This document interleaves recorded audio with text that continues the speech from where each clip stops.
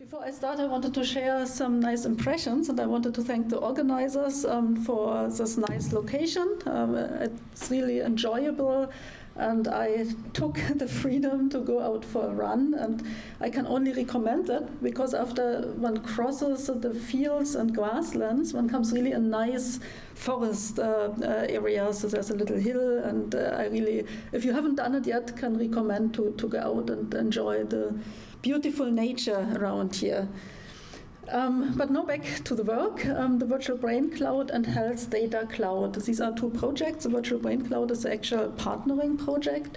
It's dealing with services for sensitive data. So you have seen that with, you can see the brain, with the Human Brain Project and EBRAINS, it's possible to build digital twins of human brains. It's a human brain project, and therefore mostly we are dealing with human brain models here, and they contain a lot of personal information. And this is insofar problematic that we have a very strict law in Europe, the General Data Protection Regulations, that protect the data subjects and patients to whom such personal data belong. And why is that important? Because the personal data are really personal. We have heard that in one talk in this session already, but I want to give you some examples here. It's probably not visible, but this Nature Neuroscience study has shown how many different behavioral features and also demographic features can be inferred from functional and structural imaging data. And this is just one example. So there's from the data you can really easily infer the fluid intelligence, so the intelligence of a person, but there were more than 100 other behavioral variables. So for example, a life satisfaction. How satisfied are you with your life? Yeah? Do you want to that to be known, or how long can you sustain your attention? So sustained attention abilities. These are just a few examples of what you can infer from those data, and this is personal information that you do not want to have revealed openly and publicly. Another challenge is that you only need very few information, so you do not really need the entire brain model, but often it is sufficient to have a few dots, a few data points from, for example, a functional or structural connectivity matrix to re-identify an individual. So even if you have a randomly selected handful, like 7 of those connections, they are already unique for this individual, and therefore re-identification is possible. So you do not need a lot of data, few data is sufficient. Then everyone knows that in imaging data there are also often the faces contained, and then with face recognition software it has been shown in these 90 individuals from the ADNI database that they could be re-identified via matching to photographs. But even if we remove the faces, and this is a common practice now in Europe at least, then the coding of the actual imaging data is so complex, and the DICOM data, that even if you remove the face afterwards, you can again re-establish the face from the information that is still remaining in the DICOM data. So the common practices of removing the face from imaging data is not sufficient. You can again, from the remaining information, reconstruct the faces. And last but not least, there is technology to store radiologic imaging data in Europe and in the US and worldwide. And there's a very common technology. This is called the PACS systems. That is used throughout the world in research institutions and also in clinics. And it has been shown it is not secure. So you can easily access it from the web. It is actually foreseen to exchange data, but the problem is it's easily to get into the systems. And this has been revealed. Millions of data sets already were basically public in the internet for many months after this has been revealed. And in the US, this is still happening because they do not have GDPR and not so strict rules. And even in Europe and in Germany, still the systems are being used and often have these security lags. So the data are out, and with this personal information, identifying information, so now if new data come, you can map them back to the already leaked data, and this also helps re-identification. So these are just 5 examples, but there are many more that explain why this is personal information, why it is really sensitive information, and why re-identification is possible, and therefore GDPR applies, and we need to protect the data. And of course, as a Human Brain Project and EBRAINS, we cannot make mistakes here and can just ignore this, but we have to deal with this challenge. And it's not just personal data, but it's even worse. It is health data. And health data is, according to general data protection regulations, a special category of data that is not allowed to be processed except in very clearly specified circumstances.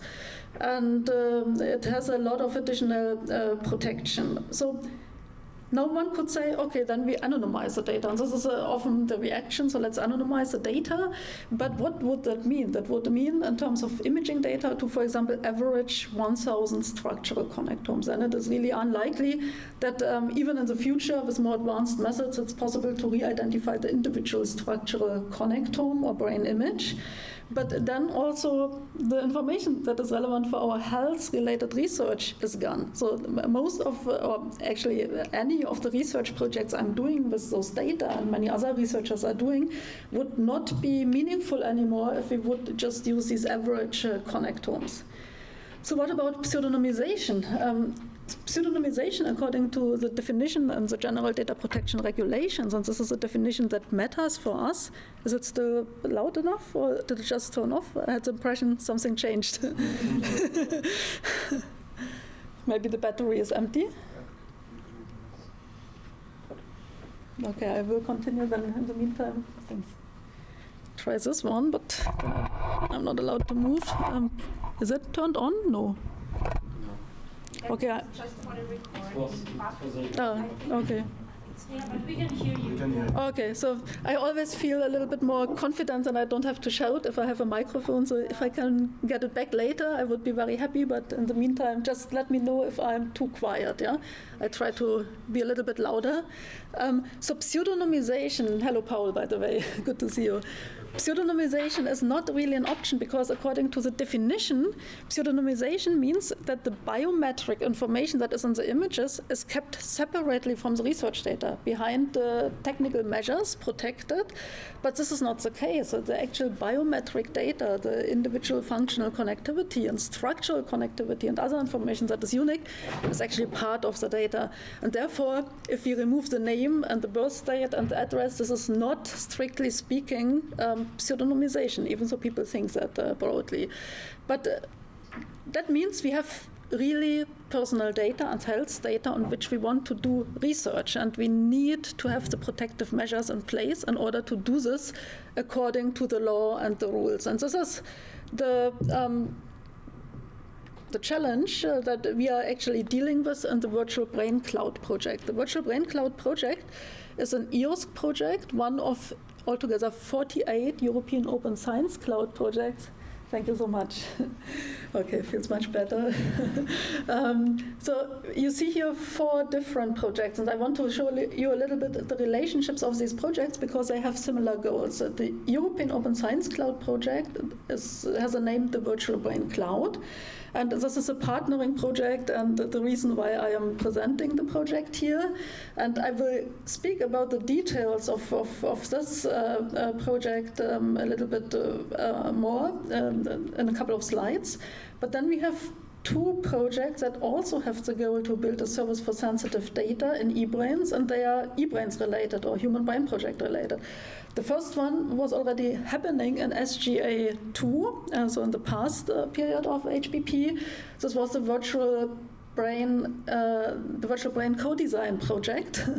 And there we actually already established GDPR-compliant workflows for specific use cases with the virtual brain. So personalized brain modeling using the virtual brain and some related workflows to process the imaging data to make them ready to include them in the virtual brain. They have been made GDPR-compliant, and I show you in a moment how.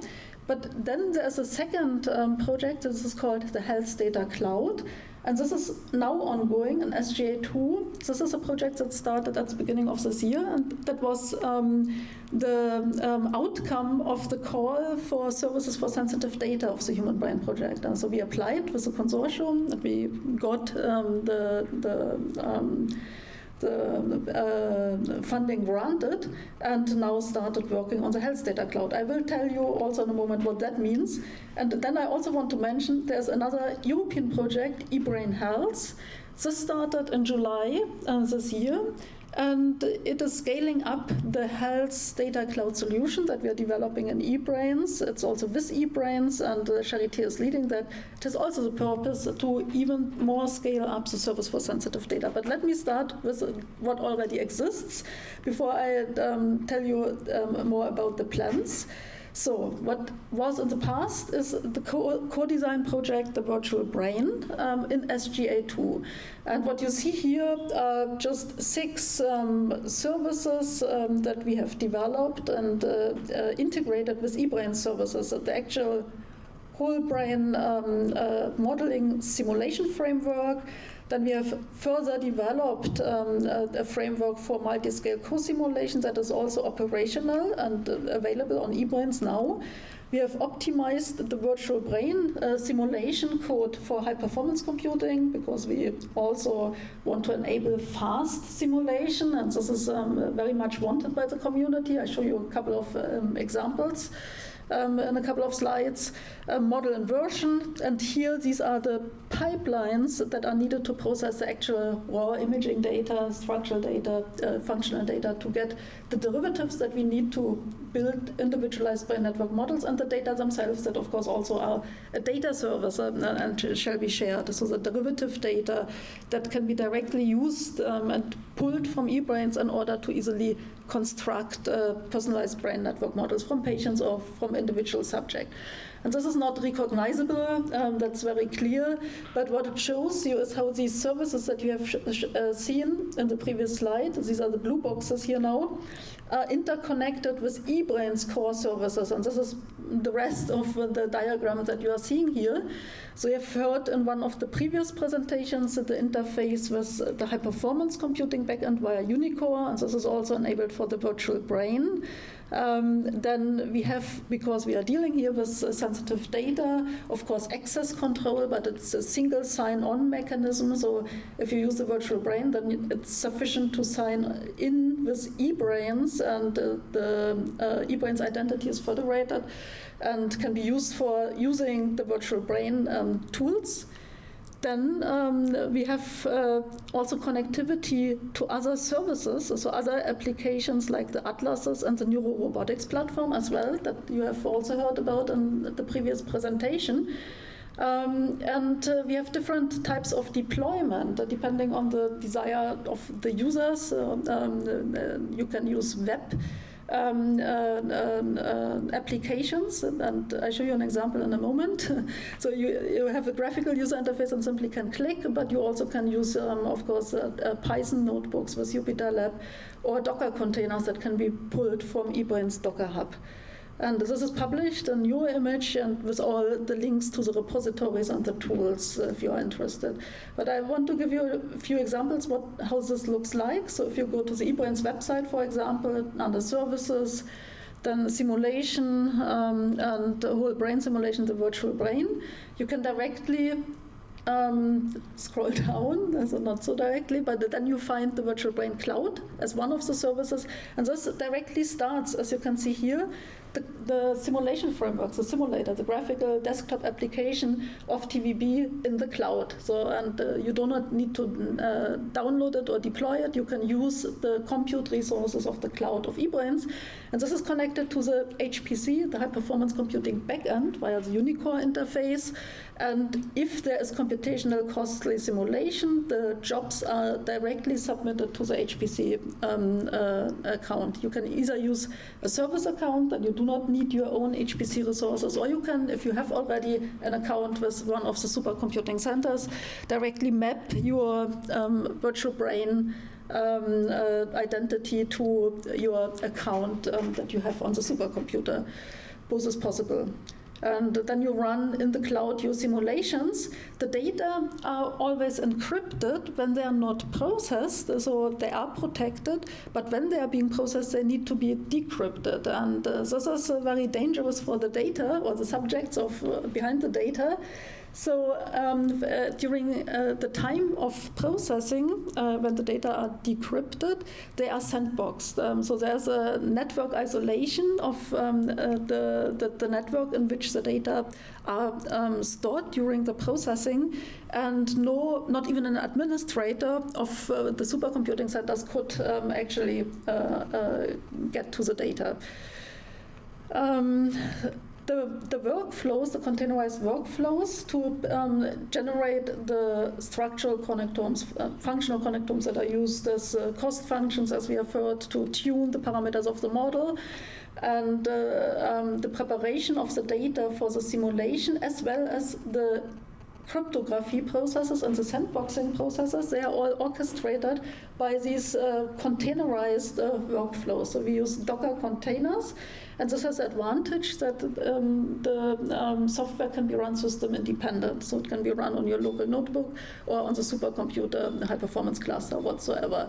And the workflows are also fully reproducible, especially we have also integrated the data-led technology. That means for some of the workflows we actually have human interaction, and even the human choice then, this is when we integrate the EG, that cannot be avoided. The human choice then is also tracked and stored, so that all the information is kept stored to reproduce each process and the generation of the derivative data. And it's a multi-stage process, so it involves the computer of the user, then data are being sent to the cloud, they're being sent to the high-performance computers, they're being processed and sent back to the cloud, and then they can be downloaded again, encrypted, of course, to the user computer. It also involves cryptography workflows that we have implemented in order to make sure that only the authorized data controller ever has a secret, the key to decrypt the data. And even when the data are being decrypted on the high-performance computer, it's only possible with a secret that is provided by the data controller, so no other person can ever access the data. The results are then encrypted again using the public key of the data user, the data controller, and with this again only the data controller can ever decrypt the results that are delivered back to the user. Then we also incorporated annotation of the derivative data according to the OpenMind standard, which is the common standard being developed, metadata standard being developed in EBRAINS, so that either if already annotations, information about the raw data is available, the information is passed on to the derivative data and stored in the format that is provided by OpenMinds. Or if the metadata is not available, then it is queried at the beginning of the processing and the user can provide it, and then it is passed on to the derivative data set, so that then the metadata information is always available. And with this, the data can be ingested in the knowledge graph of EBRAINS and made directly discoverable. So the outputs of the pipelines can be directly ingested in the knowledge graph and stored as a data set that is discoverable with all the metadata, like the species information, also the spatial information, what kind of reference system, what atlas, what parcellation has been used.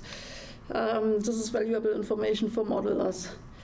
Then the high-performance optimized code of the simulator is basically C code, so the virtual brain simulator is written in Python, and this is a C code implementation for high-performance computers, which is not so easy to understand and to use, but nevertheless it is very attractive. So it has been used for several publications in the health domain, for Alzheimer's disease, for psychiatric mental disease, even modeling, but also for archaic brain simulations and for multiscale simulations, and most recently for a neurodegenerative disease. And you can see that Charité, who has developed this code, is not part of the co-authors here, which is good, because it means that the code is usable and is used by other users, and this is where we want to end up with all the services and tools and data provided in EBRAINS.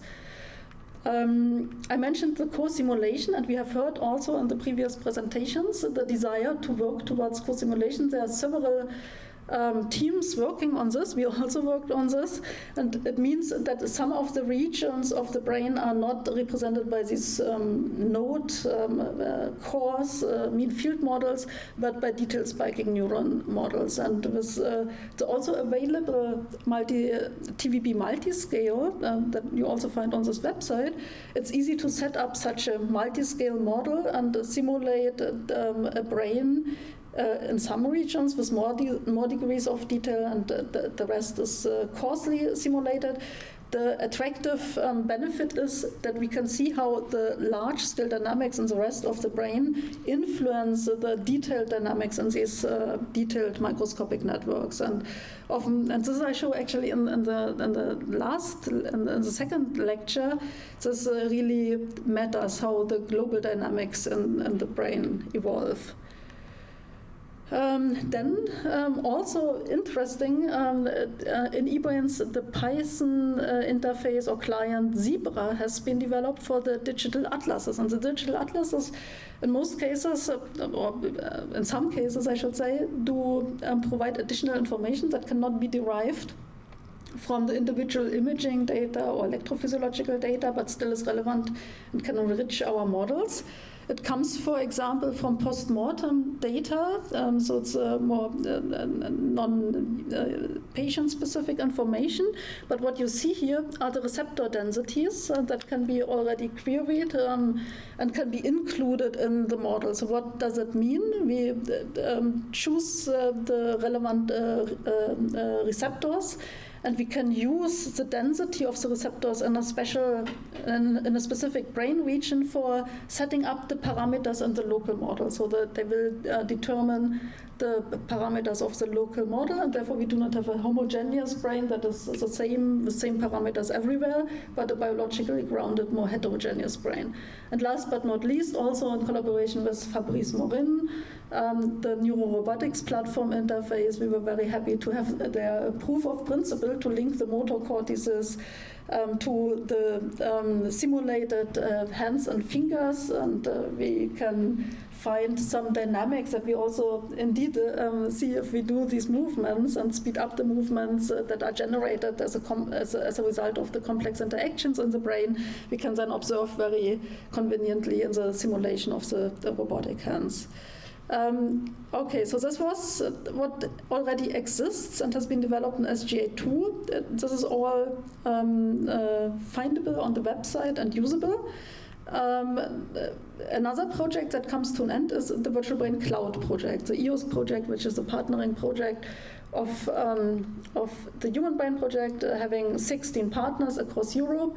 And there, the approach was a little bit different from what I have shown you. There, the goal was not to develop individual workflows that are GDPR compliant and protect the personal data, but an entire platform that is agnostic for the use cases, but provides the sufficient protection that is required according to GDPR. The outcome is a virtual research environment. It's a platform that presently is in operation in the Charité, and is also being used by now about 100 researchers, so it's still young. It's not crowded yet, but the number of users is increasing. And how does it look like? It has this architecture and 8 key functions. I could probably talk now 2 hours also about this platform, but I just want to give you an overview. There's a portal that provides access to the platform with also dashboard functions, so you can visualize the data that are in the projects you are working on. It has one specific feature which is called the green room. This is important to import very sensitive data with primary identifying information. So this is if you have data in the clinics that still have the patient name, for example, you have to get started with this. It needs to be somewhere prepared and organized to at least remove the name and the birth date collaborate and stuff to do research on the data. And this is a green room zone. It's a particularly protected zone where only the strictly authorized people who can access this primary identifying information have access. But it has a functionality that you can run routines to automatically replace such identifying information. So for example, in DICOM images, we have a few pipelines that replace information in DICOM header fields that contain the name and address and stuff, and also defacing routines to remove the face. We have seen that it's not helpful and sometimes also not good for the research, but in principle these pipelines exist and they can be applied to the data. If other data come in, new pipelines have to be developed that are then adapted to the data in question. The platform itself has then the core area where the data all go, and that contains the functionality for the user. So you can imagine it like you experience it as a user as you would have the data on your own notebook. So you have all the flexibility. The data are basically reached via a virtual machine. Each project has a virtual machine. You can deploy your desktop applications. You have also a programmatic interface to programmatically access your data. You can bring in or develop your Docker containers and manipulate and process the data in the virtual research environment as they would be on your own computer, but they are not on your computer, and therefore as a researcher you have all the flexibility.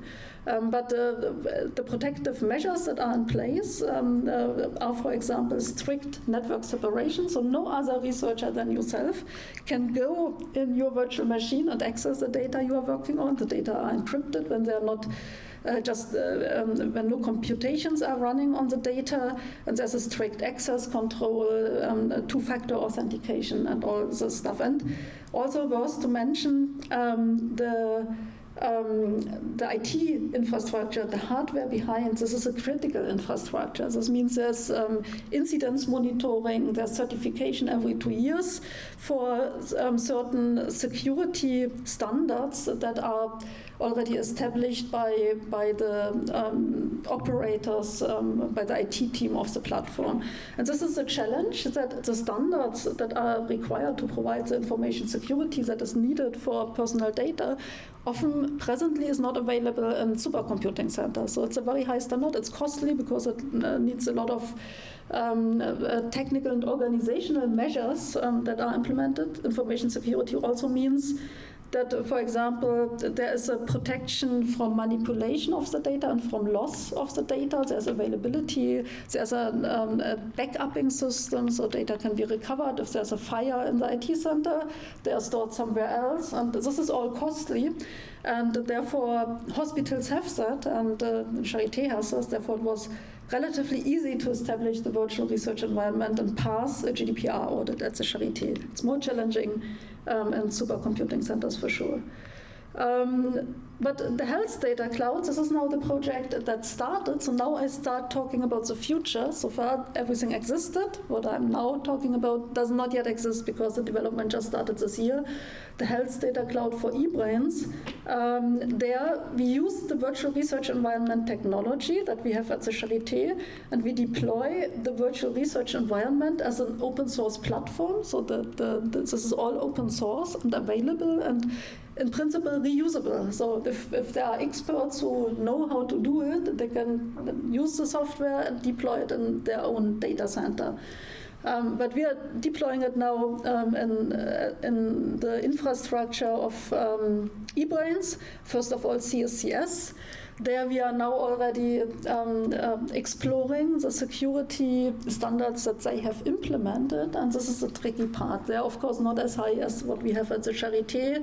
There's another center, so CSCS is a supercomputing center of the ETHZ, Zurich, and they have a service for sensitive data there, which is called LeonMed, and we are also having them in our consortium to see whether the computations, when the data are being decrypted, only run in the LeonMed infrastructure. This is also security certified. Probably that will be the final solution, but this is still in development.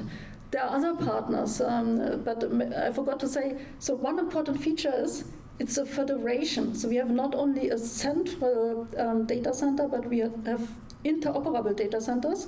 the one of EBRAINS, the one of the Charité, and the data in the Charité, they do not need to be sent necessarily to the EBRAINS data center. They can stay here. What is sent to EBRAINS is the metadata, the data that describes the data. They are ingested to the knowledge graph, and with this, everyone can find the data at the Charité. And we are also federating the identity management systems of EBRAINS and the Charité so that it will be easier to access the data than at the Charité using common workflows. Other partners, Oslo University Hospital, it's very similar to what I just explained for the VIE. They also want to integrate with EBRAINS. They have their own service for sensitive data. Integration means metadata are exchanged, so data in Oslo will be discoverable via the knowledge graph. Code can be, by the way, also sent back to the decentral data centers, the Docker containers, and be used for decentral processing. And we are also discussing, it's not clear whether it's feasible in the little time that is remaining, a federation of the identity management system with Oslo data center. Exploring possibilities for the supercomputing centers, which are partners in the project Jülich, Barcelona, and the KTH supercomputing center. There we explore what kind of technical and organizational security measures they have in place, where are the gaps, so that in the long term, maybe it's possible to establish their service for sensitive data as well, but not as part of the present Health Data Cloud project. There are many governance processes, and I do not have time to go into them, but we are taking care of them because they also are blockers for the community. Sharing agreements, data protection impact assessments, all this stuff needs to be done, and is very time consuming. These are so data protection impact assessment for the VIE, for example, has more than 300 pages. And providing all the documents as templates already, often only very small parts need to be exchanged if there's a little change in the data flow, which needs to be described in each data protection impact assessment. So for those who are not familiar with it, a data protection impact assessment is needs to be done by law, GDPR in the EU, if you process personal and in particular health data on digital infrastructures at a larger scale. And this is what we are doing in EBRAINS. And this is not done once, but for each individual use case, it has to be done again and again and again. But we can, of course, support this, and if we support it, it becomes feasible and actually very simple. But the support is what is at the moment missing, because also a lot of knowledge about the actual measures that need to be in place and the legal framework is missing in the different institutions. Okay, the eBrain Health project is the project that was kicked off in July, and it scales up what I have shown you for the Health Data Cloud. eBrains has a central role therein, and the goal is to work with the different data sources, the different data centers that exist already in Europe. For example, one partner, which is very important, is a European platform for neurodegenerative disease, to make sure that the data really, for example, get the annotation with the metadata, they are sent to the knowledge graph of eBrain so that they become discoverable, and also ideally there's integration of the identity management system so the access then to the actual data becomes easier. And last but not least, I want to mention another project where we got now an award for the TEF project, Testing and Experimentation Facilities for AI and Robotics in Health. And the interesting part of this, it's also with eBrains and with Charité and LEAD, that here everything that I have told you that is more built for the academic sector is now also opened up for the private sector.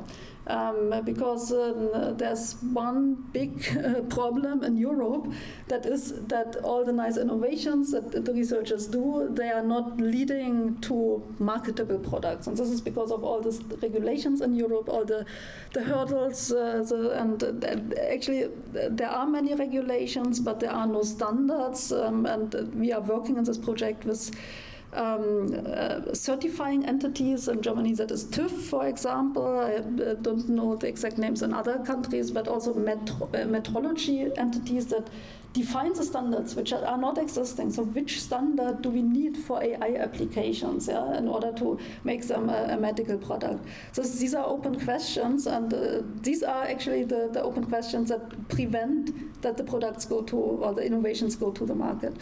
And this is really an enormous adventure, this project, because it's something completely new, and we will see where we will end up with this. But how much time do I still have? I think I'm coming to my end now. I want to just highlight, if I still have 1 or 2 minutes, okay, 5 even, some innovations that we have done, and some papers that might be of interest. They're not readable anyways. So the multiscale co-simulation is described in this neuroimage paper. Then a proof of principle of in silico drug testing is published in a Frontiers, I don't know exactly, a neuroinformatics or computational neuroscience paper, journal. This is very interesting. It is shown how in silico the application of NMDA antagonists can be tested on people with dementia, and with tools that we have at hand to analyze then the dynamics and the brain. Yeah? We can actually identify a mechanism, a buffer mechanism that prevents from hyperexcitation and cell death and dementia, that can serve as a candidate mechanism how NMDA antagonists lead to a temporary relief and improvement for patients with dementia. Another really exciting work is a multiscale co-simulation for deep brain stimulation, where we also use the framework that has been developed and is available in EBRAINS, exactly the same code that everyone can access, to simulate the basal ganglia network, thalamus, and embedded in the full brain network. During deep brain stimulation, we stimulate with different stimulation paradigms, different structures.